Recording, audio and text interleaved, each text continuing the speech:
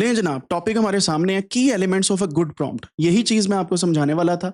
आपका ये क्वेश्चन भी होगा कि ठीक है भाई बता दिया, आप बताओ तो सही प्रॉम्प्ट लिखें कैसे। वही आ रहा हूं उसी तरफ आ रहा हूं। सो क्लियर इंस्ट्रक्शन देनी है, जैसे tell the model exactly what to do, यानी कि आपने बताना है समराइज करो इस आर्टिकल को इन 5 पॉइंट्स। डायरेक्ट आपने बताना है, ये नहीं कहना कि जो दिल करता है कर लो। क्लियर इंस्ट्रक्शन दो, ठीक है।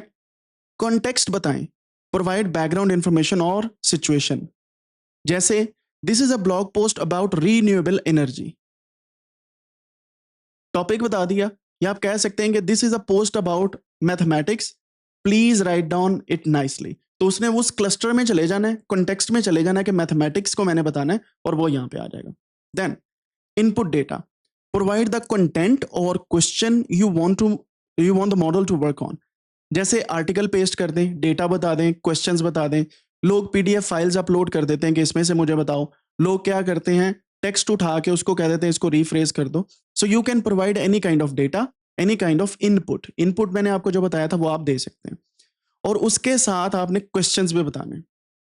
इनपुट सिर्फ उठा के डेटा नहीं दे देना, you need to write a nice question. Output format, यहां पे कभी सारे लोग ना गलती कर जाते हैं।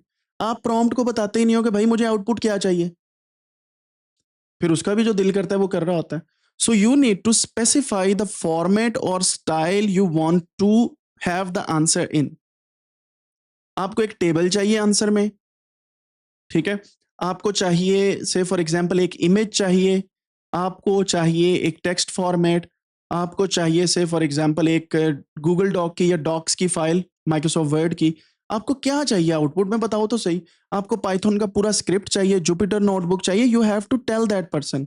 वो पर्सन क्या है, large language model by the way, ठीक है। तो उसने वो काम करना है।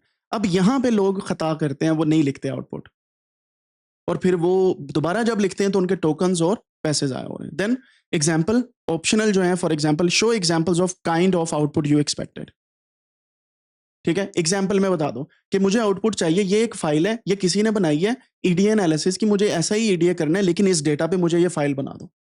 एग्जाम्पल दे के बताएं, सैंपल दे के, टेम्पलेट्स दे के, this will give you really nice answers. Believe me, इस तरीके से हमने बहुत कुछ टेस्ट किया हुआ है लार्ज लैंग्वेज मॉडल्स पे इस टॉपिक को पढ़ाने से पहले। इंशाल्लाह I am gonna teach you that one. Elements की समझ आ गई आपको? Clear instructions, content, input data, output format, an example. और यहां पे ना आपने एक और चीज यहां पे बतानी है, that is role of this AI. Role मतलब मैं उसे कहता हूं act as a data scientist. ये आपका रोल है, अब आपने काम करना है। Act as a bioinformatician, act as a mathematician, act as a say for example biologist.